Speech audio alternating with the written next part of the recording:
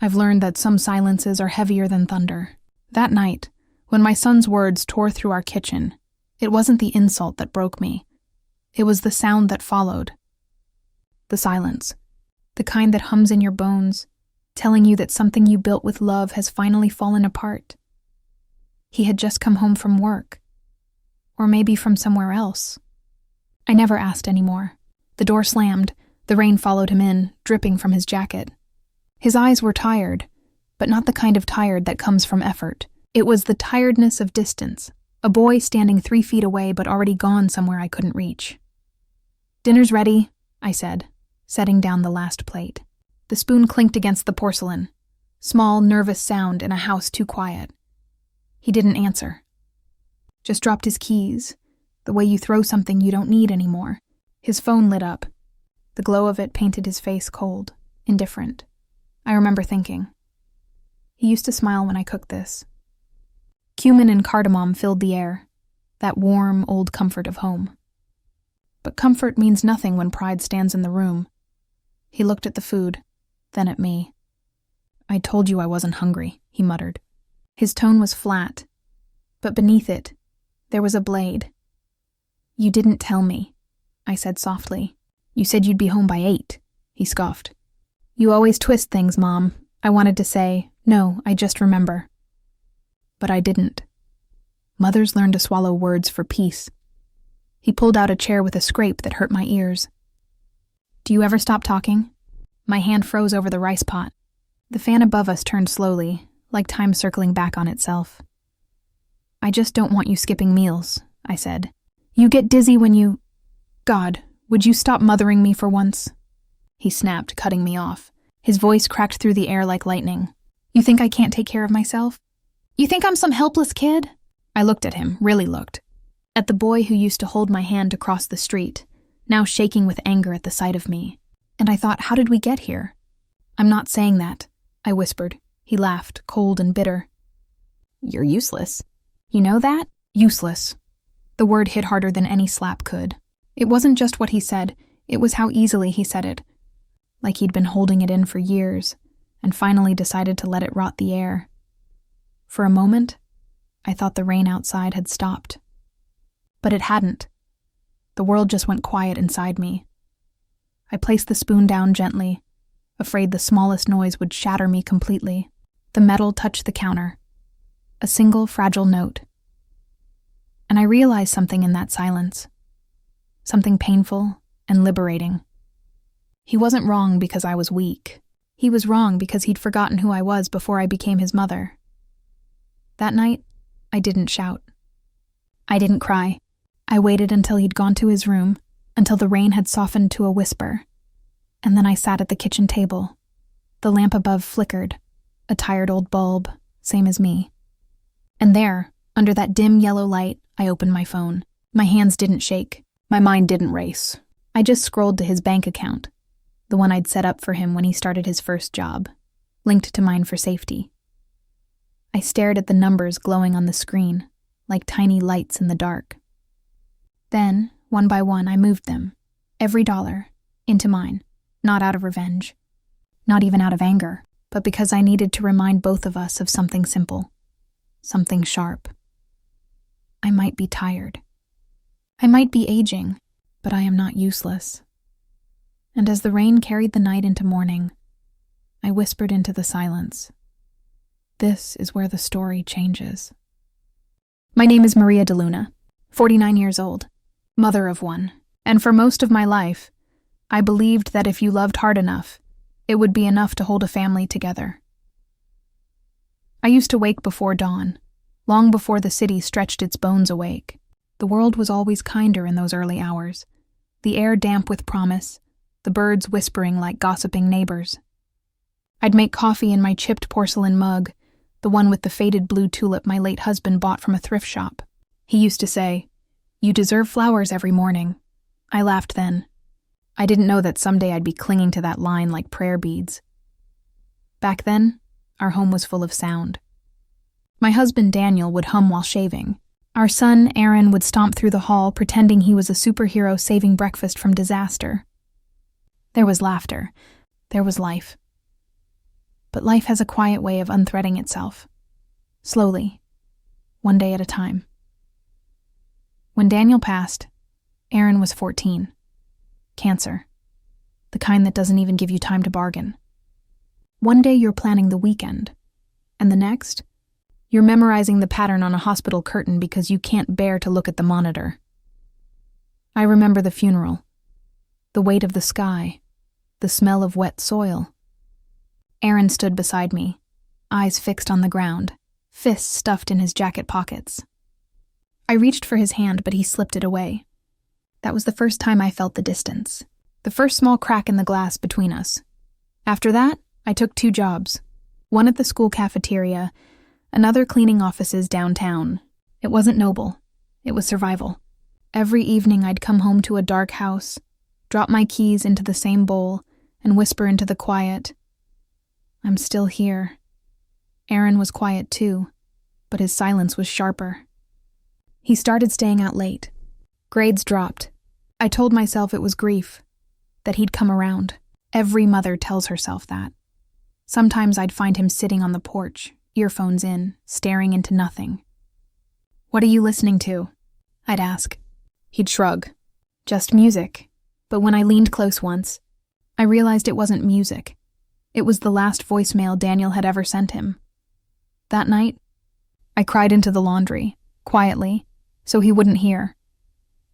Years passed like pages turning in a book I didn't remember writing. Aaron grew tall, then distant. He graduated by the skin of his teeth. Never thanked me for the celebration dinner, but I didn't need him to. I had learned that love doesn't always echo. Sometimes it's just given quietly, and that has to be enough. He got a job at a car repair shop, then quit after 3 months. Said the boss didn't get him. Then another job, a warehouse, then a cafe, then another. He always had a reason, and I always had faith. Because that's what mothers do. We keep believing, even when the evidence fades. When he turned 24, I gave him access to the savings account I'd built since he was a baby. "Use it for something that matters," I told him. He smiled faintly. "Yeah, sure, Mom." I thought that meant he'd learned. That maybe all my quiet sacrifices were finally becoming invisible roots holding him steady. But roots can't hold if the soil is resentment. Over time, he began to look at me differently, like I was something fragile, inconvenient. He'd sigh when I asked questions, roll his eyes when I reminded him to eat.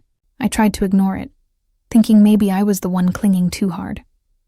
One night, I overheard him talking on the phone to someone. He said, "She still treats me like a kid. I can't breathe in that house."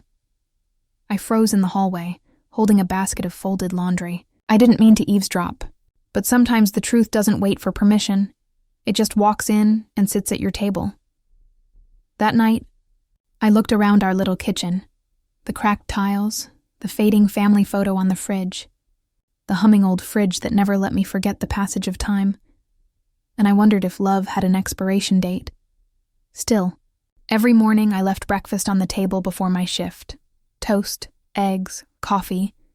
Every evening, I texted, "Dinner at 7. He never replied. But I still set the table for 2. When I think about it now, I realize the tragedy wasn't in that final argument. It was in the 1,000 small silences that led to it. The moments when I could have spoken, could have demanded respect, but didn't. Because I was afraid of losing what little of him I still had. So I smiled through the indifference. I worked through the loneliness. I kept faith through the distance, until the night it broke. Until the night he said those words. "You're useless." And I realized, maybe he wasn't just angry at me. Maybe he was angry at the life I'd built for him, the safety net that had turned into a cage. And maybe I was angry too. At the years I'd spent trying to be everything, mother, father, protector, only to end up invisible. That realization didn't come all at once.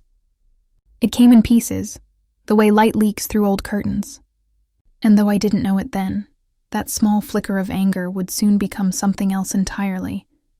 A quiet strength, long buried under obedience and fear. But before that strength could surface, I had to break, fully, painfully. And that breaking began the moment he walked out of the kitchen that night, leaving his untouched dinner behind. I sat there long after the rain stopped. I could still hear his words. "You're useless," bouncing off the walls like ghosts refusing to leave. I whispered into the emptiness. Maybe I am.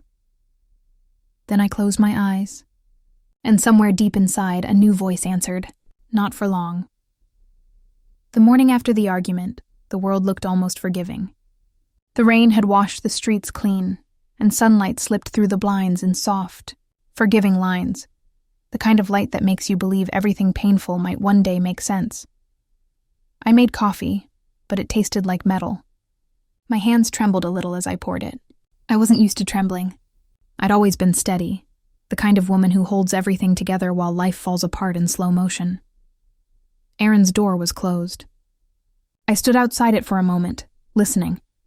Nothing. No music, no footsteps, no life. I thought about knocking. Then I didn't. There are silences between family that are better left unbroken. By noon, I left for work, my second shift at the school cafeteria. Children's laughter always made me feel small and large at once. They reminded me of Aaron when he was 7, when his laughter used to fill our apartment like sunlight you couldn't shut out even if you tried. But now, he barely looked at me. That afternoon, my phone buzzed. It was a message from the bank, a notice about unusual activity on the joint account. I almost ignored it, but the word unusual stayed in my chest like a splinter. When my shift ended, I sat on the bench outside the school, the late sun dipping behind the trees, and opened the app. At first, I thought it was an error. The balance was almost gone. Thousands of dollars I'd saved for years vanished. I scrolled through the transactions. My breath caught. Clothing stores, bars, cash transfers to a name I didn't recognize, and one payment, large, deliberate, to something labeled Club Mirage. My heart didn't break in one loud snap. It disassembled quietly, piece by piece. I sat there, surrounded by the smell of freshly cut grass and children running to their parents, and I realized the boy I'd raised wasn't lost. He'd chosen to walk away. I could have called him right then. I could have shouted, accused, demanded, but instead you learn something about yourself in moments like that, when your heart is shattered, and yet you still breathe. I looked down at my hands, calloused, tired, still capable, still strong. When I got home that evening, the apartment felt different. Too quiet, too large. The dinner table was still set for 2, like a cruel joke. His shoes were gone from the mat by the door, a few clothes missing from the closet. He hadn't just left. He'd moved out. There was a note on the fridge, written in his messy handwriting. "Mom, I need space. Don't call me. I'll be fine. Please don't make this harder than it already is." I read it once, then twice, then folded it carefully and placed it in the drawer beside my wedding ring. For a while, I stood there, staring at the wall. The hum of the refrigerator was the only sound.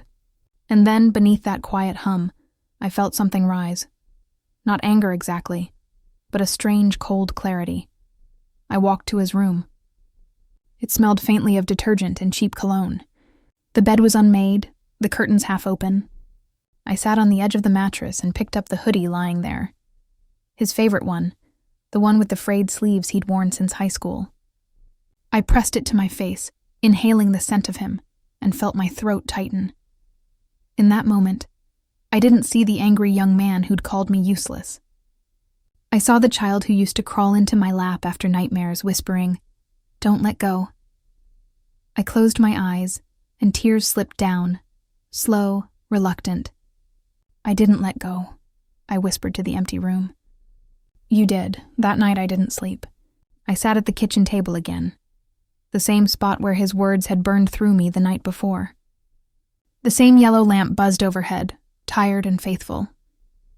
I stared at the bank app on my phone.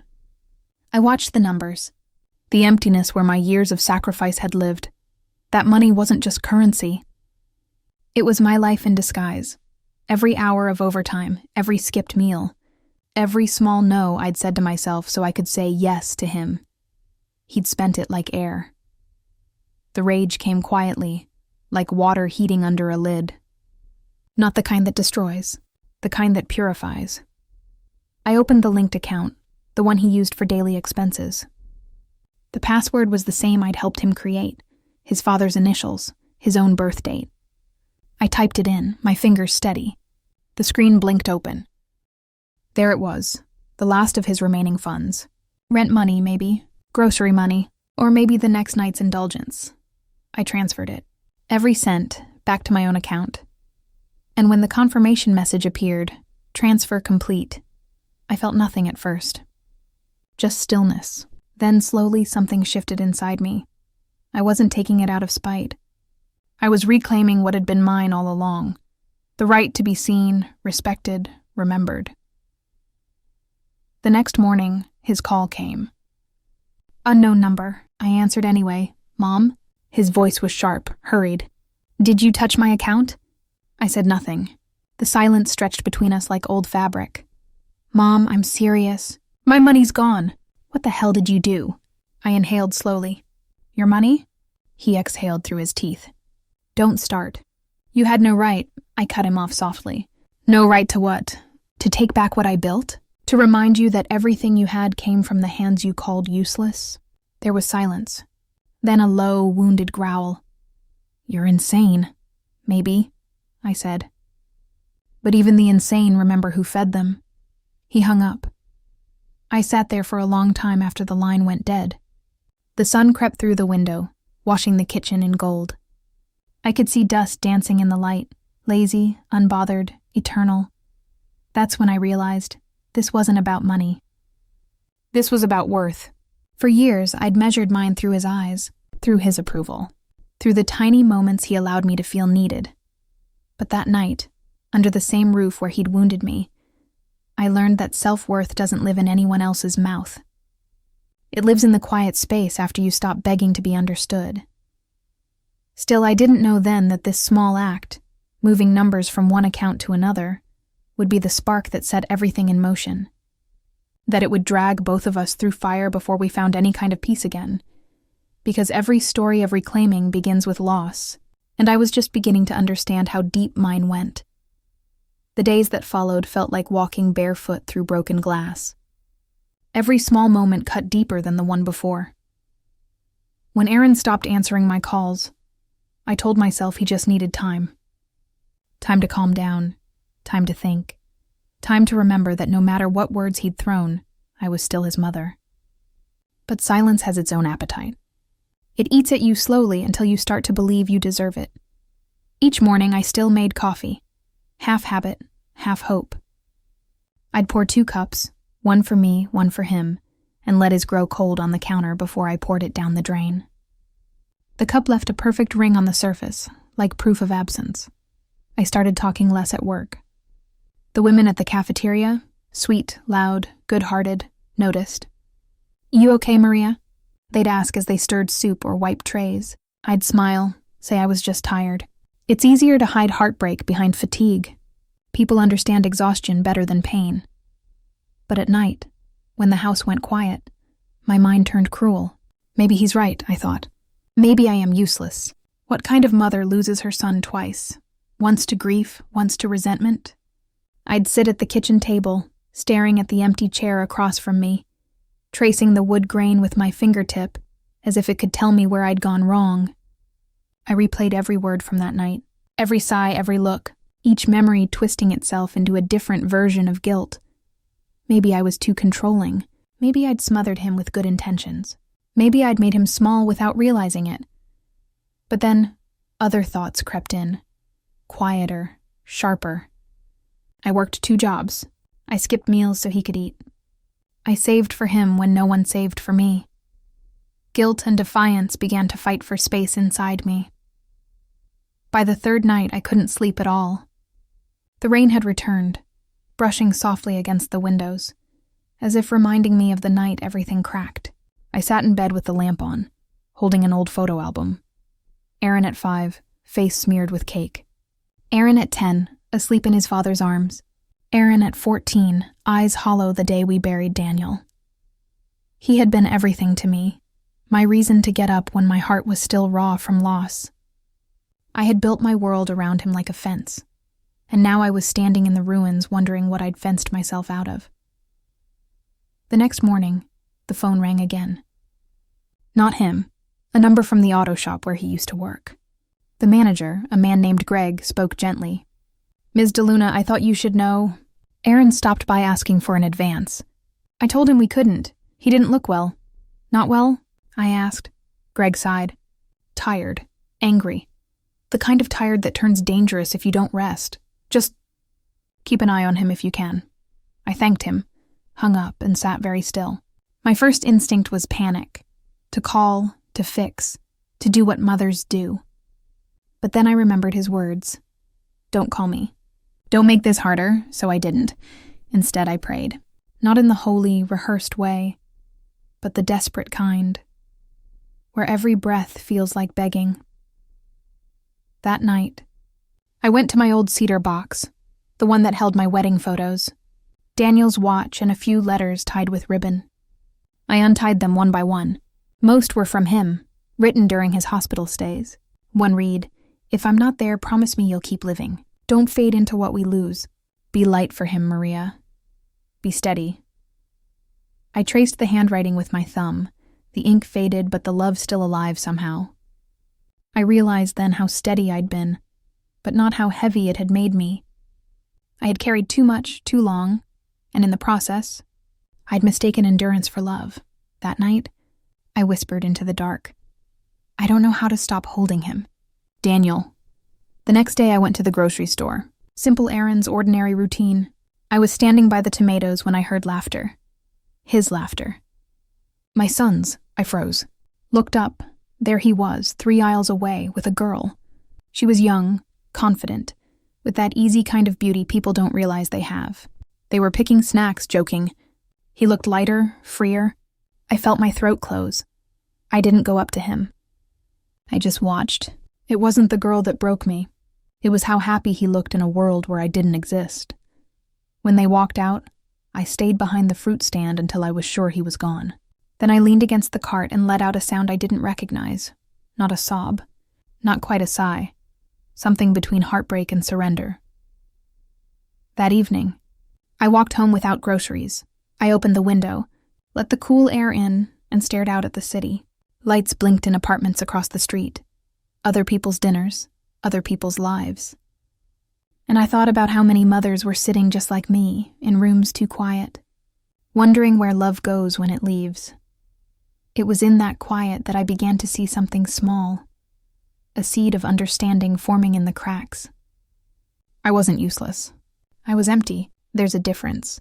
Useless means you have nothing to offer.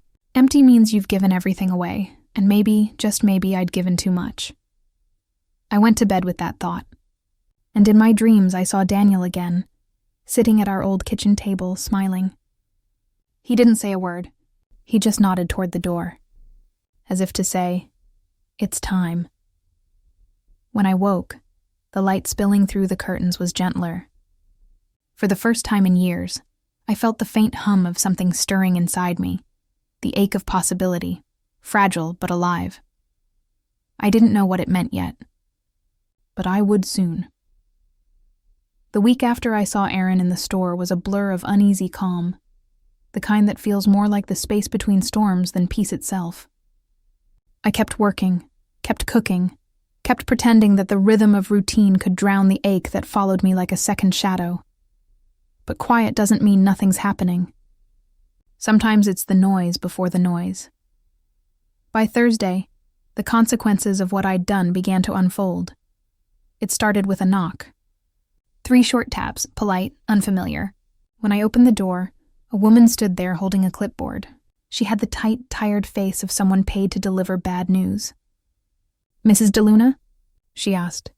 "I'm from Evergreen Collections. Your son, Aaron, listed you as an emergency contact." The air shifted. I nodded slowly. "Yes. He's fallen behind on a few payments, mostly credit cards. Nothing major yet, but we've been unable to reach him." My throat went dry. "I see. If you're able to contact him, please let him know he can call us to set up a payment plan." I thanked her, closed the door gently, and pressed my forehead against the wood. Credit cards, debt. I thought of the bank transfers, the money gone, the clubs and bars. The image of him laughing in the grocery aisle came back, and suddenly I understood that smile. It wasn't peace. It was distraction. That night, I sat on my bed with the envelope she left. I opened it slowly, scanning the numbers, the late fees, the interest rates. It felt like reading a diagnosis. My chest tightened. I wasn't angry this time. I was scared. What had he gotten himself into? And worse, had I made it worse? I found myself dialing his number again, straight to voicemail, the sound of his recorded voice. Hey, it's Aaron. Leave it. Felt like a cruel echo of someone who no longer existed. I didn't leave a message. The next day I asked around. Greg at the auto shop said he hadn't seen him in a week. A neighbor mentioned loud arguments in the hallway of his apartment building. Each new detail layered itself like rain-soaked paper, heavy, tearing at the seams. That evening I decided to go see him. The building was older, run down, with that faint smell of cigarettes and stale beer that clings to hallways. The elevator creaked like an old lung. I knocked on his door, 3 soft times, the way I used to when he was a boy. No answer. I tried again. Louder. Finally, the door opened halfway. He stood there, eyes bloodshot, face pale. A half-empty bottle sat on the counter behind him. When he saw me, his jaw tightened. "What are you doing here?" "I came to check on you," I said softly. "You weren't answering. I told you not to come here." "I know." I took a step forward. "But the collections people—" "Jesus, Mom." He rubbed his face, turning away. "You don't listen, ever." "I'm trying to help." He turned back sharply. "Help? You stole from me!" I flinched. The word stole hit harder than I expected. "I took back what I gave," I said quietly. "That money was mine. It was ours, Aaron. It was meant to help you start your life, not destroy it." He laughed bitterly, pacing the room. "You don't get it. You never did. You think love means control. You think because you suffered, I owe you something." I felt my throat tighten. "I don't want repayment. I just wanted you safe." "Well, congratulations," he snapped. "Now I've got debt collectors calling and a landlord threatening eviction." "You proud of that?" I wanted to say no. I wanted to say I was sorry, but something inside me, that old, quiet core, held firm. "No," I said. "I'm not proud, but I won't apologize for refusing to let you throw away the life I built with my bare hands." He stared at me, eyes wet but defiant. "You don't understand, Mom. I'm not you. I can't live scraping pennies and calling it pride." For a second, I saw the truth flicker in him. Not cruelty, but pain. He wasn't just angry. He was ashamed, and he didn't know what to do with that shame except throw it back at me. I took a slow breath. "Then learn. Learn to live differently. Learn to stand without burning everything around you." He looked away, muttered something under his breath I didn't catch. And then, quietly, "Get out." I didn't move. "Get out." "Mom." His voice cracked on the second word, and something in me finally broke. I turned, walked to the door, and paused. "I'll always love you," I whispered. He didn't answer.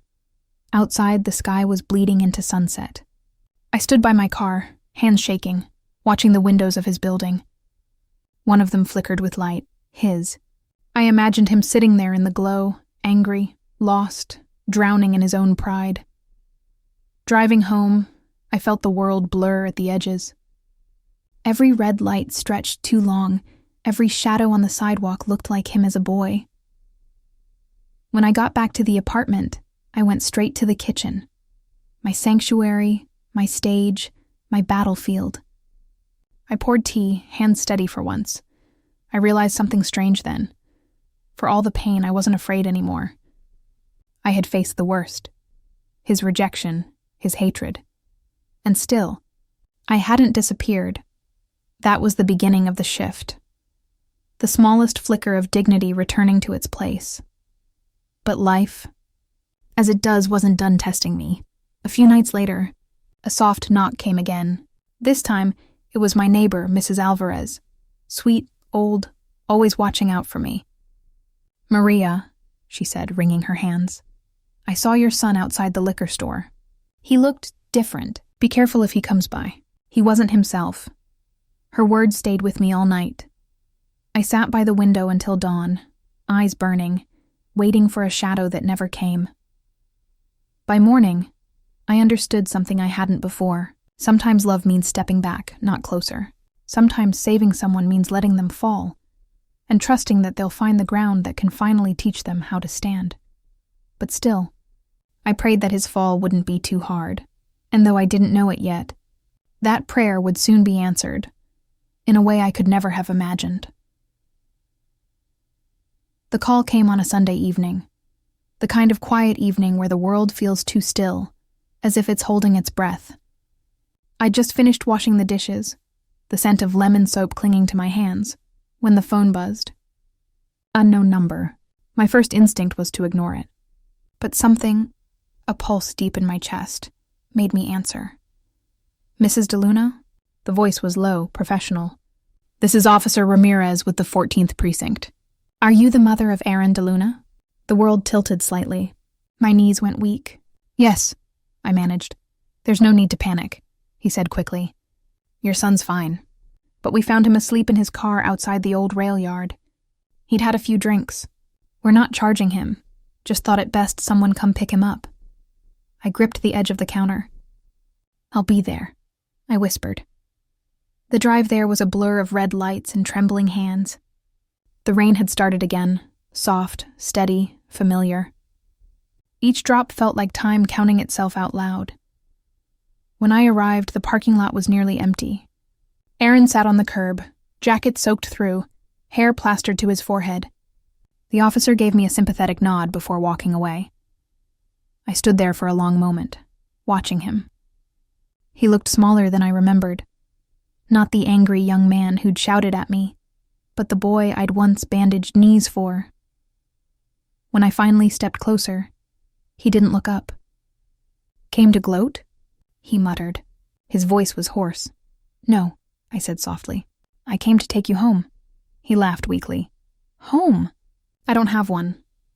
I knelt beside him, ignoring the wet pavement soaking through my jeans. Then come back with me. Just for tonight. For a long time he said nothing. Then quietly, I don't deserve that. The rain thickened, drumming on the hood of his car. I touched his shoulder, light, cautious. Maybe not, but sometimes grace doesn't wait for permission. He finally looked up. His eyes, tired, red, uncertain, met mine. For the first time in months, there was no anger there, only exhaustion. He nodded once. Okay. The drive home was silent except for the wipers keeping rhythm. Every few miles I'd glance at him. His jaw unclenched slowly, as if the weight of his own pride was starting to slip off. When we reached the apartment, he hesitated at the door. Mom, he said, voice low. I didn't mean. I raised a hand gently. Not tonight. Just rest. He nodded, stepped inside, and went straight to his old room. I heard him close the door. Not slam it this time, just close it. Softly. That night I couldn't sleep. I sat in the kitchen again, the lamp humming, the rain whispering against the window. I thought of everything that had led us here. The shouting, the silence, the bank account, the debt, the pain. And then I thought of something my husband once told me. Years ago, when Aaron was still small and full of wonder, he'd said, "Don't confuse sacrifice with silence, Maria. Sometimes the loudest way to love is to say no." I realized I hadn't stolen from my son. I'd saved him from a deeper debt, the kind that robs you of your sense of consequence. I'd taken his money not to punish him, but to show him what losing something feels like. Because only when we lose can we learn how to value. The revelation didn't arrive like thunder. It came like morning light, slow, steady, revealing what was always there. Around 3 a.m., I heard footsteps, bare, hesitant. Aaron stood in the doorway, eyes swollen from sleep or tears. I couldn't tell which. Couldn't sleep, he said quietly.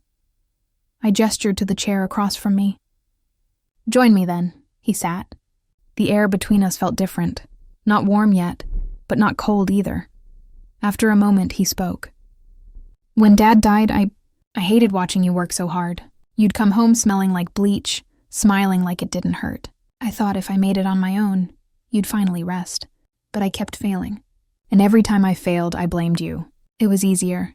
I felt tears rise but didn't let them fall. And when you called me useless, he winced. I was talking to myself. You just stood where the mirror was. For a long time, I couldn't speak. The rain filled the silence for us. Then I reached across the table, my hand trembling slightly, and placed it over his. Do you remember what your father used to say? He looked at me blankly. That we only fall so the ground can teach us to stand again. He swallowed hard. Yeah, I remember. We sat like that. Two people bound by love and regret, finally breathing in the same rhythm. When dawn broke, the rain had stopped. Light poured through the window, soft and forgiving. I looked at him. The lines of fatigue, the faint stubble, the boy still flickering behind the man. And I realized forgiveness wasn't something you give once. It's something you live, over and over, until it becomes part of your breath. That morning, I made breakfast, not out of habit, but out of hope. When I placed the plate in front of him, he didn't say much, just a quiet, thanks. But it was enough. More than enough, because in that small, hesitant word lived something bigger than apology. It was the start of him finding his way back. As I watched him eat, I whispered in my heart, welcome home, my son. The days that followed were quiet, but this time, the silence didn't ache, it breathed. Aaron stayed home for a while. At first it was awkward, two people learning how to exist again without stepping on old glass. He helped around the house, small things, fixing the leaky faucet, changing a light bulb, taking out the trash without being asked. Ordinary gestures, but to me they felt like prayers being answered in whispers. We stood like that until the sky turned the color of forgiveness, pale gold fading into dusk. The ocean stretched endlessly before us, like time itself offering a second chance. On the drive home, the car was filled with an easy quiet, the kind you don't want to break. At a red light, Aaron said softly, "You know what I realized tonight?" "What?" "You didn't empty my bank account to punish me. You did it to save me, to give me something I didn't have yet, consequences." I smiled, eyes on the road ahead. "Love's a strange teacher," I said. "Sometimes it has to hurt before it heals." When we reached home, he carried the groceries in without me asking. He even laughed when I made a joke about him finally earning his keep. The laughter filled the apartment, warm and easy, like an old song rediscovered. Later that night, after he went to bed, I stood at the kitchen window, looking out at the city lights reflecting on wet pavement. Everything felt lighter, softer. I realized I no longer feared the silence. It wasn't empty anymore. It was peaceful, and in that stillness, I whispered a quiet prayer. Thank you for bringing my son back to me, not as he was, but as he's becoming. Because love, I'd learned, isn't about holding on. It's about holding space, for someone to grow, to fail, and to return. The story that began with a cruel word and a quiet act of defiance was ending in grace. And in that grace, I finally found myself again, not as someone's mother, or widow or caretaker, but as Maria. A woman who had loved, lost, and chosen to rise anyway. It's strange. The things that stay with you after life breaks and rebuilds itself. Not the shouting, not the arguments, not even the nights you thought you'd never sleep again. What stays are the small, quiet things, the scent of coffee at dawn, the hum of rain against the roof, the sound of your child breathing softly in the next room after months of silence. That's what forgiveness sounds like. Not loud, not sudden, but steady, like rain finally softening the ground that once refused to bloom. Months have passed since that night on the beach. Aaron's still working, still learning, still stumbling sometimes, but differently now. With awareness, with grace, he's paying his debts, both the ones written on paper and the ones written in the heart. And me? I've found my way back to myself. I paint in the mornings now, with sunlight spilling across the kitchen table. The colors come easier these days. Blues for peace, golds for hope. Sometimes I paint our old family home, or Daniel's smile, or Aaron as a child running barefoot through the grass. I don't paint pain anymore. I paint after. Every so often, Aaron joins me. He sits with a cup of coffee, watching the brush move. Sometimes we talk, sometimes we don't. And in that silence, there's an understanding words could never build. One evening he asked me, "Do you ever regret it? Taking the money?" I thought for a moment. "No," I said, because that was the night I stopped trying to be the hero and started being human. And sometimes being human means making choices that hurt before they heal. He nodded slowly, eyes distant. Then he smiled. "You were never useless, Mom." I smiled back. "And you were never lost. Just finding your way." We didn't need to say more, because some stories don't end. They simply soften into truth. Now, when I walk through the apartment, I no longer see what's missing. I see what remains, the quiet persistence of love, the way it bends but doesn't break. I see Daniel in the photo frame, Aaron's laughter in the next room, and the woman in the mirror, older, stronger, at peace. I still think about that night sometimes. The one that began with pain and ended with clarity. How one cruel word cracked open a door to understanding. How an act of defiance became an act of love. How the moment I emptied my son's bank account was also the moment I refilled both our souls with truth. Because love isn't measured by how much we give, but by how willing we are to let go when giving turns into losing ourselves. And I've learned that forgiveness isn't a single act. It's a daily prayer whispered into the spaces where love once hurt. So if you're listening to this, a mother, a son, a daughter, someone caught in the ache of misunderstanding, remember this: people break. Words wound, but time, if you let it, will always find its way toward healing. You are not useless. You are not unworthy. You are simply still becoming, and sometimes becoming requires burning away the version of yourself that loved without boundaries, so you can love again, wiser, freer, stronger. If this story touched your heart, share it with someone who needs to remember. It's never too late to start again, because sometimes silence isn't weakness. It's strength, waiting for the right moment to speak.